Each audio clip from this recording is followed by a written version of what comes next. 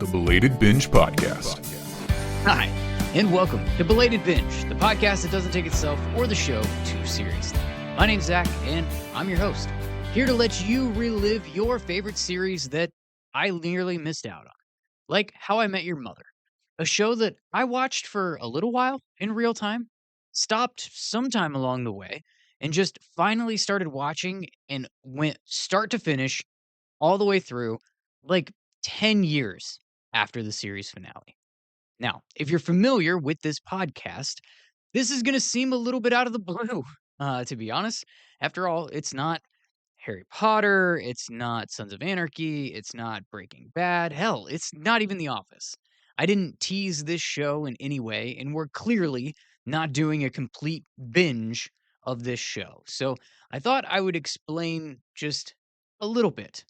But before I do, shout out to the Bonus Bin Squad on Patreon, Harley117, and a super duper awesome unnamed individual.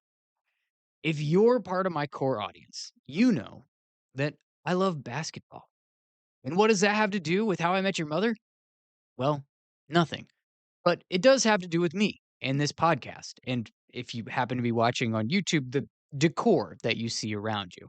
See, not too long ago, I got on this feed with an update to talk about how I had these big plans to like jump back into Sons of Anarchy, to binge that show and overhaul the podcast to be video first and all this added content that I was gonna have with shorts and breakout videos and blah blah blah blah blah. Now, I truly did intend to do just that. I started season 2. I was making multiple videos per episode, shorts and long form and in between. TikTok actually was kind of picking up in a kind of real way. Ironic timing when I think about it. But then a couple things happened. The first one, I was actually picked up by a company that makes sports content with an opportunity to host a podcast about my favorite basketball team. So I guess you could say that technically I'm actually in the NBA media covering my favorite team. And that's honestly something that I've wanted to do since I was a kid. It's why I went after my first radio job in college. It was the career I thought that I'd be pursuing from the beginning. Now, don't get me wrong. Am I some kind of big deal all of a sudden?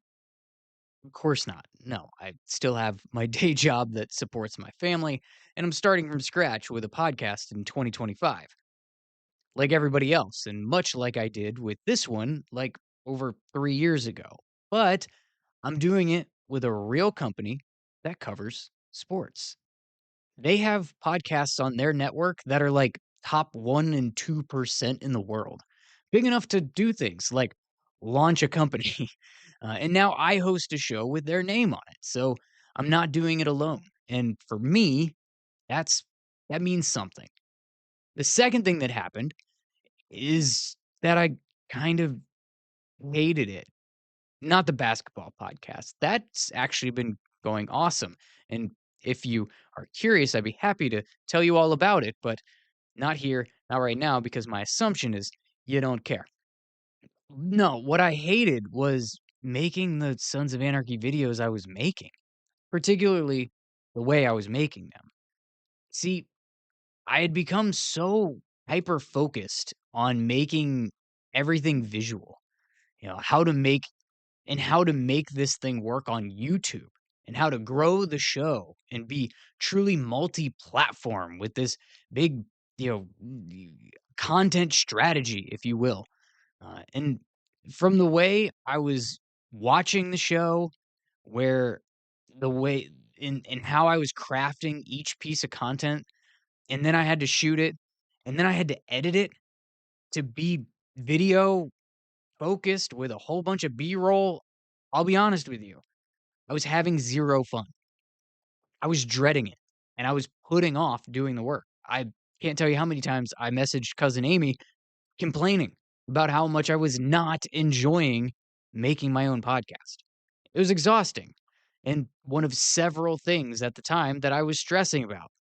I kind of just needed a reset, and I found it in a comfort show.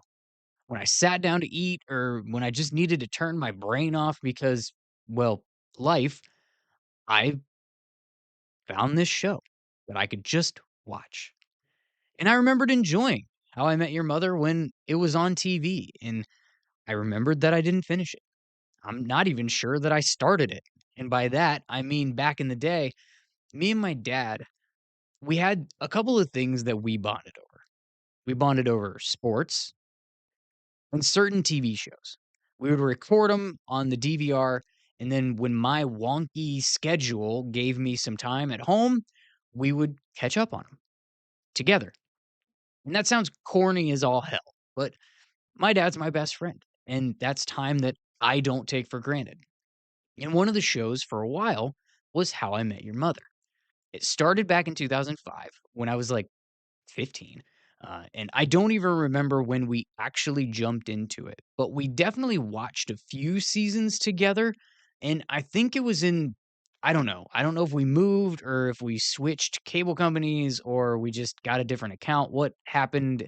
Did we lose our old recordings of it or, whatever reason we had, we just never finished it. Um, and I don't even know where I stopped, but I knew that I didn't remember where the show started. I hadn't seen how it ended, and I didn't even know who the mother was. So I put a few episodes of that show on, and then I watched the whole damn thing. And while I don't have as much to say about that show that warrants a full immediate rewatch or a season by season breakdown necessarily, I enjoyed watching it. And it was truly a belated binge. And after feeling like I had completely lost the whole point of why I started this podcast in the first place, this one smacked me right in the face. So, we're going to do a mini binge. I'll hit the cliff notes of the show, share some thoughts, and do the thing that I probably have enjoyed the most on this show and actually any podcast that I make is give out some just silly made up awards. So, if you're new, hit follow in your podcast player or subscribe on YouTube. I hope that you enjoy this mini binge, and I welcome you to go back and listen to the first 100 or so episodes that are in the backlog. If you've been here a while, thank you, and however long it may take, I hope that you'll be here for at least 100 more. So now, as I mentioned, How I Met Your Mother premiered back in 2005. It ran 9 seasons, ending in 2014. So I think we've captured the belated part of this binge pretty perfectly. The series finale was over 10 years ago. So I'm guessing you're aware that if you're here, the show was set up around the main character, Ted Mosby, from the future. I believe it was 2030 when he was talking to his kids and telling them the story of, you guessed it, how he met their mother. And then each episode of the series is part of that story. We see it play out in present day. Ted, who's like the hopeless romantic type, single in New York City, navigating the highs and lows of life in your late 20s and your 30s. He's roommates with his best friend and college roommate, Marshall, who's engaged and later marries his college sweetheart, Lily. Ted is the third wheel in this relationship, but for about 95% of the show, they're all completely cool with that. And they actually make a fantastic trio. The three have another friend who's explained to have met Ted sometime before the first episode. His name is Barney, and he's a complete womanizer. The first episode sets the stage for the journey that our characters are going to take when Ted goes on a first date with a woman named Robin. Shenanigans ensue, of course, but the night ends with Ted telling her that, well, he loves her and ruins the whole thing. Still, Robin is new to New York and is weirdly accepted into the friend group to embark on a journey of our 5 main characters, I guess. And the show just kind of keeps this will they, won't they, on again, off again love story between Ted and Robin, balanced by hundreds of failed, maybe this'll be the love of my life, shorter and longer relationships for Ted in between. Every character experiences some kind of character journey of ups and downs in a mostly well-written series that can only be described as legend, wait for it, dairy. From Lily and Marshall experiencing a breakup and a period of being just friends, a rekindled engagement, getting married, home ownership, experiencing the loss of Marshall's father, and becoming parents.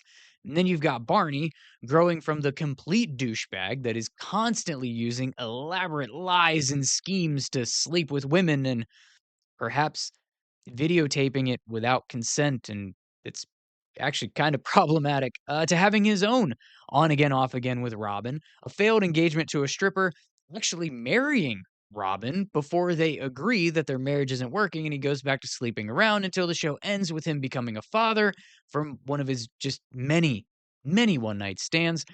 And while he does not actually marry that mother or anything, he does change to a man who now lives for his daughter. Kind of a chaotic ride for Barney, to be honest.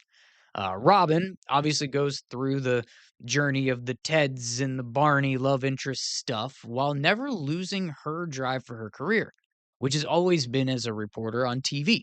It acts as kind of a foil to her personal relationships, particularly the romantic ones.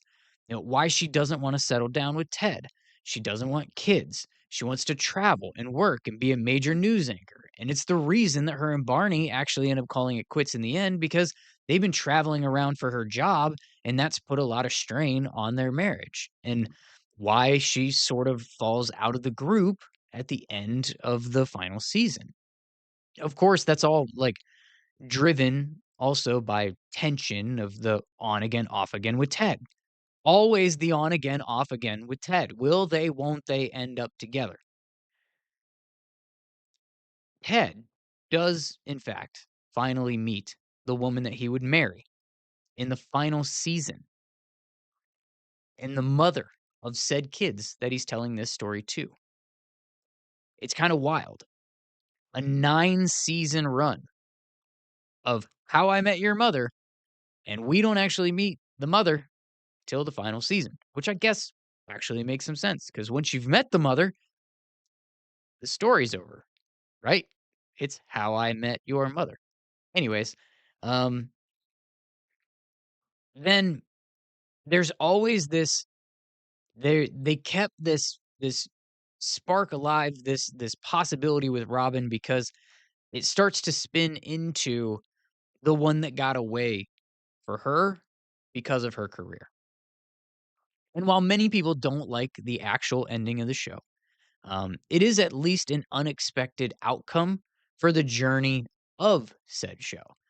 We learn that Ted has been that was happily married with his 2 kids, and the mother, whose name is Tracy, got sick unexpectedly and passed away. And apparently that happened like 6 years before he started telling his kids this story. In the series finale, Ted's kids give him the encouragement and their blessing to not just get back out there, but to finally go get the woman he still has feelings for, Aunt Robin, which is how she's referred to throughout the entirety of the show when narrator Ted is talking about Aunt Robin. It's like, it's kind of wild when you're in it to be to have them do so much romantic buildup and and arc and experience between Ted and Robin when from literally the pilot he has told his kids that's not their mother. It's kind of wild. But his kids do give him the encouragement and their blessing to not just get back out there, but to finally, do the thing with to go get Robin. And he does so with a romantic gesture that calls back to that first pilot episode, showing up to her apartment, calling her to the window with a blue French horn that he had stolen for her on their first date. And if it sounds like I just described to you a drama series, I would understand. But I think that's actually a big part of the why behind this show resonating so well and winning all the awards that it did and being such the success that it was. Yes, it's absolutely a comedy. Every episode is written with endless punchlines and ridiculous nights of drinking that are just a notch or two over the top, but in a way that actually makes complete sense with the premise of the show. When we tell a story, it's completely normal for us as human beings to exaggerate certain details, make it sound cooler than it was, or even simply just remember it being cooler than it was. We're all the star of our own movie, and we all like to look back at some of our fondest memories and think how awesome it was, and maybe forget all the lulls and the kind of downtime between and the times where they were kind of just boring and not really anything going on. That's not how we tell stories. It's not how we remember stories. And this show is a story. It's a recollection of events. So when you think, okay, this is a little much, you might remember that this is a story that's being told from Ted's memory of like 20 or whatever years ago. And sometimes Ted, as the narrator, actually jumps in and says something to the effect of, like, that's how I remember it, in case you forgot that detail yourself. But the fact that it's a comedy within each episode, where the overarching story is very much a drama, I think that's what makes the characters feel real. You feel connected to it. You feel like you can relate. Because while you've likely never been to robots versus wrestlers, you have probably felt the sting of a breakup or been impacted by a loved one that was unexpectedly um, or lost for whatever reason. If you lived on this planet, you felt lost or alone or like you didn't know what you were doing with your life or wondered what you are doing actually matters. And having these characters dealing with the things that you've dealt with yourself and turning that into a master class of written comedy, it makes the show hit home in a way that only the best ones do. Is it perfect? No, absolutely not. Some of the story arcs come out of left field, don't feel that natural, or maybe just are kind of dumb. Like Barney and Robin, honestly, it really doesn't make any sense either time that they do it. I'm sure we'll talk about that plenty in this episode. Some of these episodes are also very cringy, and not just because the jokes don't fly in 2025, but like the pretentious college girlfriend coming to town and the weird thing where Lily turns into a confident black woman when her old friend comes around. That episode where they're all trying to make it seem like they went to jail for being so bad when they were younger. Kind of awful, at least cringy, and the premise is awful. But even when the writing falls kind of flat, the characters are still there, and the acting is quite frankly just top tier. Just about everyone in the main cast has had massive success in their careers. You've got Jason Segel, who plays Marshall and is an absolute movie star as a leading actor and writer. Allison Hannigan as Lily. Her role in the American Pie franchise is literally iconic to my generation. Neil Patrick Harris playing Barney.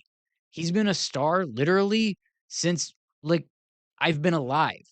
You know, Kobe Smulders, who plays Robin, was in Avengers. Ever heard of it? Plus also other stuff. It was really just Ted, the main character played by Josh Radnor, that doesn't have this massive credit that's bigger than How I Met Your Mother in his arsenal, but it's not like he hasn't been in a lot of stuff and good stuff. I mean, Not Another Teen Movie is a relic from my coming of age time period in life. It's not necessarily good, but My gosh, was it fun? And that's not to say that the show was just good because the cast was famous. Some of their careers didn't even take off until like after or during the show. I say it because these were legitimately great actors, the kind of talented people who can elevate material. So when the material maybe wasn't just completely amazing, they could make it good. And when the material was really good, they could make it electric. And that being said, this show started 20 years ago and it ended over 10 years ago. So it bears the question, does it hold up? And I think it does. Don't get me wrong, there's a certain type of person who would watch it today and find much of the humor to be in poor taste and offensive. And those people's feelings are completely valid because that's the thing about comedy. It's subjective. And where I personally don't have a problem watching something that's been taken or even just being taken out of something because a joke would be considered offensive in today's social climate, there's a lot of there's a lot of that in this show, you know. But for me, I like it perhaps because it's a little bit inappropriate. And inappropriate humor is my favorite kind of humor. And a lot of these jokes were written to be inappropriate even at the time that they took place. So of course, if you slap a 2025 lens over everything, they there will be stuff that did not age particularly well, but for me, that just means that every punchline doesn't hit as hard as, maybe it did originally. There's still a lot of great humor in this show that completely holds up if this is your type of humor. If it's not, then it probably wouldn't have been a show that you enjoyed then, and you're certainly not gonna be watching it now. See, for me, what actually does take me out of shows typically, um, when it's made, I don't know, a while back to say, is more the visuals and the dialogue. You know, outside of, humor, things just looking and feeling dated. If there's bad CGI because technology wasn't good when it was made, or the aesthetic just looks old, or the way people act and dress and just the vibes of the show, if those don't land for me because they feel like they were perhaps before my time, that's when it holds up less for me and I have a hard time with it. I can deal with jokes being outdated. I have a harder time with just the the quality of the thing that I'm watching uh not holding up, I guess. And this show, to me, does not have that problem. For starters, there's not a ton of CGI type stuff in it. It's not heavily reliant on the capabilities of production in the early mid 2000s. And generally speaking, their wardrobes also aren't like they don't go for super trendy or anything like that. So they kind of don't age that much, in my opinion. If they do wear something that might be a little bit cringy, it's typically done as part of the episode to be made fun of for being a little cringy. For the most part, Marshall wears t-shirts, Ted wears button-ups, Barney wears suits all the time. And the women in the show dress mostly like classy or casual. That's kind of the two lanes that they fit in. So nothing jumps out like, oh my gosh, that's so 2008. I can't believe I'm watching this now. Maybe there are people that are hearing this or watching this and see this show that are more fashion focused than me and think, oh my gosh, you're totally wrong. I don't know. Aside from some pretty interesting hair decisions that are made at certain points in the show, um, nothing really breaks for me. So yeah, I think it holds up. And now that we've kind of touched on the gist of the show, you got a got a taste for it. Let's give away some silly made up awards. Some good, some not so good. Around here, we like to call them bingies. We're going to start with the Every Parent Has a Favorite Child, Even When They Say They Don't award for Best Main Character. It's probably basic or cliche, but I do want to give an honorable mention here to Ted. I actually find him to be a very compelling main character in the show. Um, and uh, Other people probably for this award would give it to somebody like Marshall, who is undoubtedly the most likable character on the show. But for me, despite not always being on board with her specific decisions or the writing around the character, I think that Robin might actually be the best character in terms of having substance and generally making the show better. Ted and Robin's scenes are strong. She gets her own story arc outside of Ted that is generally compelling and interesting. She gets a lot of funny backstory sprinkled in with, maybe I should call it sparkled in, like being a teenage pop star, Robin Sparkles, the super inappropriate TV show she had as a teenager. Her stuff with her dad is always just it's kind of like bonkers, wild, also hilarious, all at the same time. Uh, Her career, her independence, all of that is inherently great for her backstory, and she's balanced well with legitimate comedic chops and has flaws. Her character has flaws, and those flaws have a real impact on the outcome of the show. In the final episode, it wasn't her and Ted reuniting after, however long. If that's not what we got, you would have had a feeling of what might have been between them. And that kind of impact from a long-standing character, to me, is truly meaningful to the show. And her absence from a lot of, like, the last episode, and her absence from the group, it carries weight. And it's not just because the characters comment on her not being around, but you actually feel the fracturing of the group, how it's growing apart. And it's not because they're getting older or because Ted is getting married or anything like that. It's because they miss Robin. And in a weird way, she kinda acts like a glue for the group in a way that you would have never, ever, ever guessed in the beginning when she seemed like she was just the love interest for the main male character, and she was the newest one to the group. And while, yes, she does excel in the role of potential love interest to Ted, she also plays a much bigger role and truly impacts the show in a significant way all on her own. So I'm a fan of Robin. The next award that we're gonna do is the They're All Really Good, so this sucks, but the rules that I made up say I have to pick one award for the worst main character.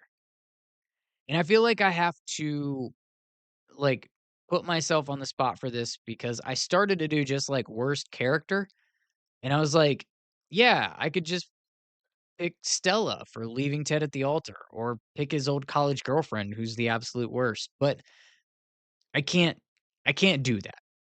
Otherwise, it's not a difficult thought exercise and it's not particularly entertaining for you.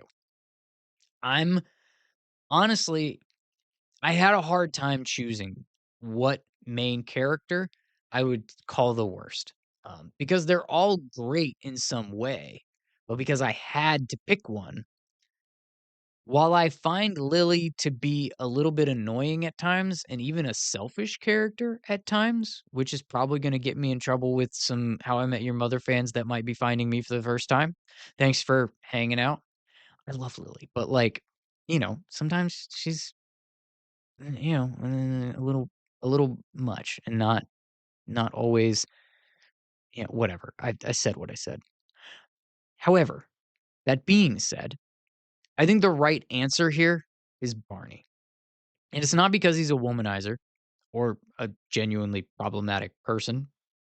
I actually like that part. Makes for entertaining show. It's his arc in particular.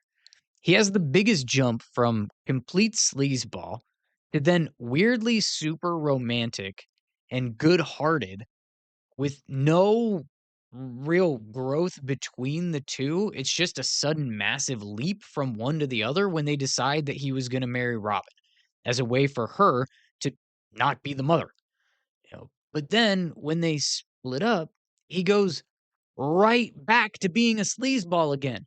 Again, no warning, just a stark shift. It's explained like, "Hey, I couldn't be with Robin, so obviously I can't just be in a decent relationship with anyone. So I'm just this guy." It's complete character whiplash. But then you give us that whiplash without it actually paying off, just to regress all the way back to the beginning.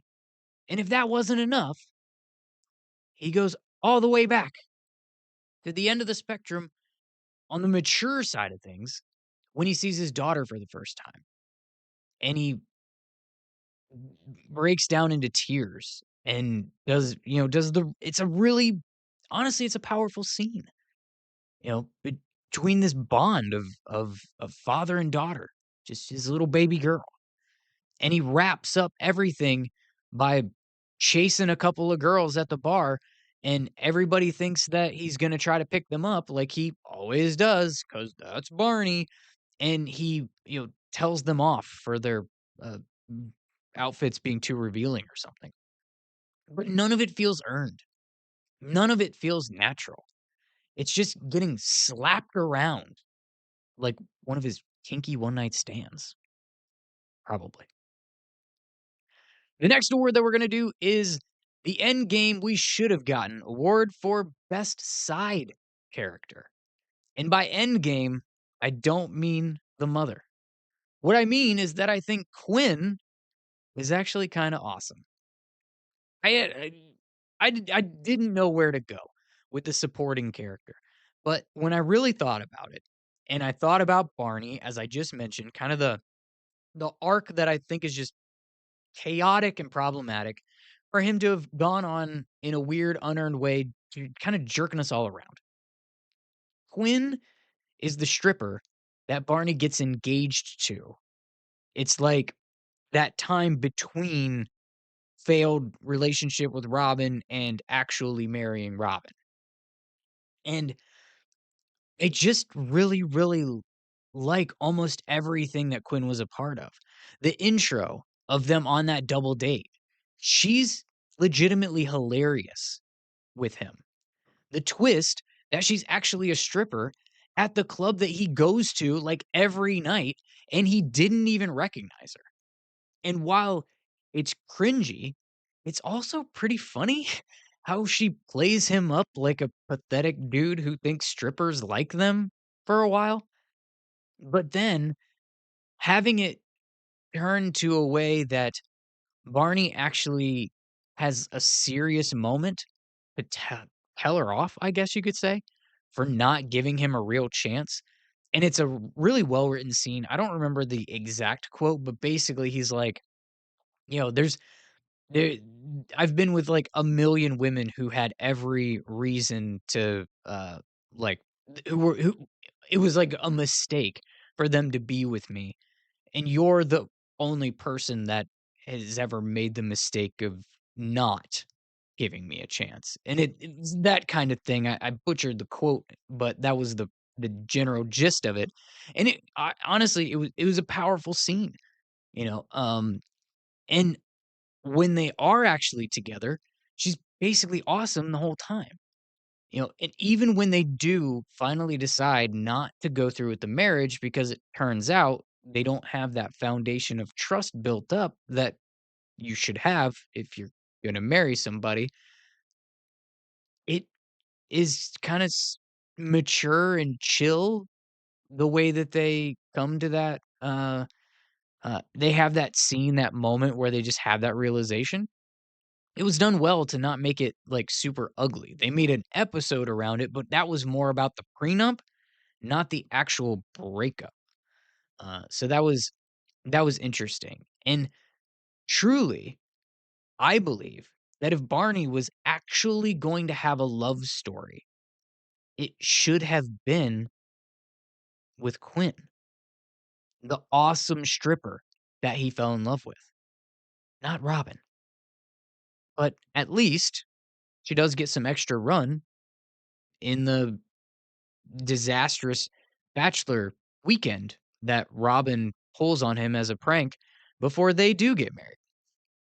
Of all the random characters that come in, she stands out to me that mostly elevates the story while not driving me crazy when she's on screen.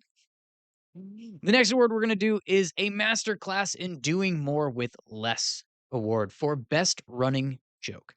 The entire show has a running joke that nobody knows what Barney's job is. And I'm just now realizing as I record this how much of my feelings on this show revolve around the character of Barney.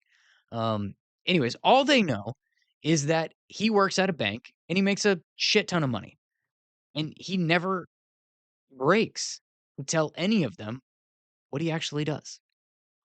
Even when Marshall starts working at the same bank, or when Ted gets brought in as a freelance architect to build their new bank building, anytime he's asked what his job is, he just shrugs and says, Please." And this is meant to make it seem like he's scoffing them, like he's so important or whatever he's doing is just so top secret that they couldn't possibly be let in on it. It's also made pretty clear that whatever his job was, it's not exactly above board. He's always referring to some kind of shady deal or shredding mass amounts of documents that he can't talk about. And then at the very end of the show, before he and Robin get married, he drunkenly reveals to them that please is actually an acronym. It's his title. It stands for provide legal. Brrr. I wrote it down. I'm not sure I can even pronounce it. Exculpation, exculpation, exult, exulpation, whatever, and sign everything. Provide legal exculpation and sign everything. Wow, I sound really dumb on my own podcast, and I'm not editing that out. Basically, the bank pays him a shitload of money to be the fall guy on paper for most of its shady deals. And then, in a major plot twist at the end, Barney reveals that he's been working as a mole for whatever organization, the FBI or whatever, to implicate his boss in all of the illegal dealings that have been happening over the several years that he's worked there. And it turns out it's because the guy who stole his college girlfriend and turned him into his suit wearing, womanizing self was his boss at the bank. Is it cheesy and silly? Yes. But it's a very funny way to pay off a gag that ran 9 seasons of a TV show in a way that actually feels incredibly on brand for the character. The next award that we're going to do is the So Bad We Did It Twice award for the worst story plot. Barney and Robin was bad. And I'm not going to spend a ton of time on it because it's basically been weaved in and out of this whole episode why I think it's bad, but I don't think it made sense for them to get together the first time, and it made even less sense when they got married. So, there you go. The next award we're going to do is the This Was Almost Legend. Wait for it. Oh. Oh no. Oh no. It went too long. Award for worst running joke that was almost really good. And for me, this is slap bet. This gag started out awesome. And then it became just not awesome. And I think it started at slaps giving for me.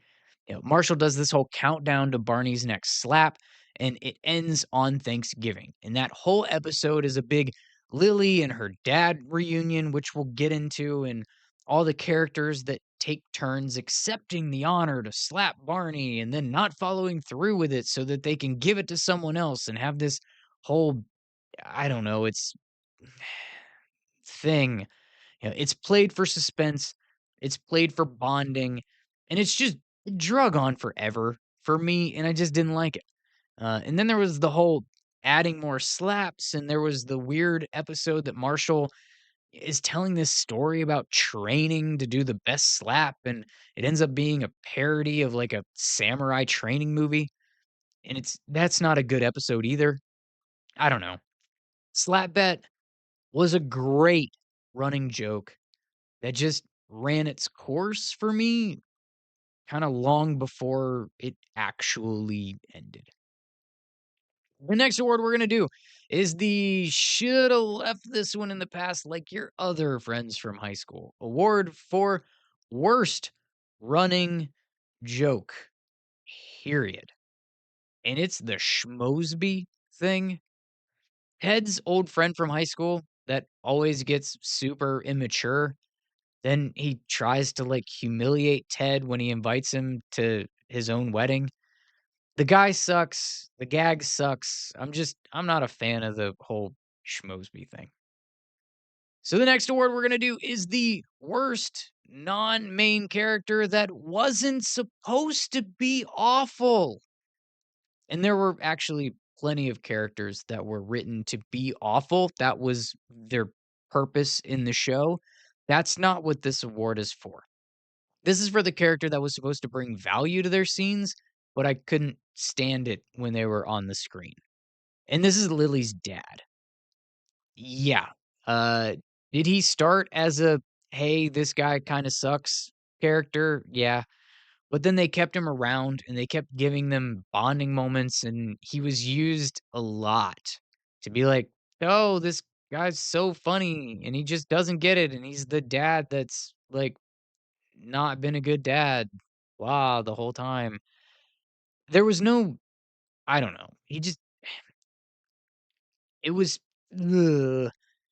He wasn't funny. The character sucked. There was no depth. He was too far just out there. The weird board game commercials were sometimes kinda funny, but I don't know. In my opinion, he added no value to the show, and I personally couldn't wait for his scenes to end. And that seems kinda harsh. The final award that we're gonna do is the coulda, woulda, shoulda award for best potential mother that wasn't. And I don't know if this is truly in the spirit of the name of the award, but whatever. It's fine.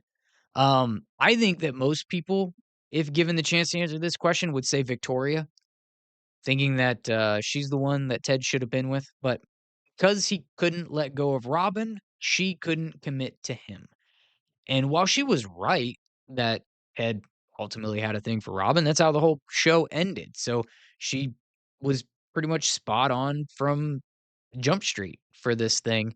Um, I just am kinda not a fan of ultimatums.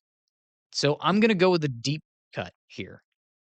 The one that I think we should have gotten more from is Trudy. She's only in 2 episodes. First is the one night stand that was so embarrassed she, like, climbed out the window or whatever. It was in the pineapple episode. But when they actually hung out, they really clicked, and she was really cool.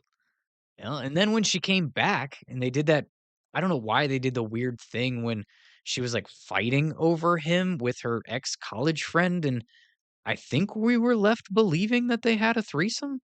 And whether he actually pulled that off or not, she could have been a really cool character to explore with Ted more than what they actually did. And let's just face it, if he actually did pull that off, come on, I think Ted would agree. Could have been kept around for a little while, right? Yeah. And what better place to end the awards with a little intrigue and answer the ultimate question. Was it worth the binge? Absolutely. As I said before, I think the acting in this show is phenomenal. The writing style of the storytelling is very compelling. Um, there's a there was a YouTube video that I watched, um, Never Nothing, I believe is the name of the channel, who i- i- did a cool job of breaking down, actually the difference between How I Met Your Mother and How I Met Your Father, which is a show that I also binged because I just wanted more from this world. If that tells you anything, and we may or may not talk about that show here on this podcast. But just the way that they put stories together for episodes could be really, really, really smart storytelling from a writing perspective. Excuse me. The jokes are funny.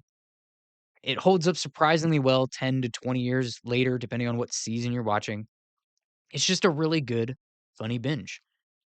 And yeah, so that's that. You've made it to the end of this mini binge of How I Met Your Mother. So what's next? Well, as I alluded to earlier, those plans of making this a video first podcast and all that, I think they're great plans for someone else. The thing that I've learned about YouTube over the past few years is that it's always a new audience. The attention span is short. So, in order to feel like I was making something that could actually compete on YouTube, I was completely changing the way that I've made this podcast in the past and dropped almost everything that I enjoyed doing. Plus, editing videos sucks. In short, this has always been a podcast, not a YouTube channel.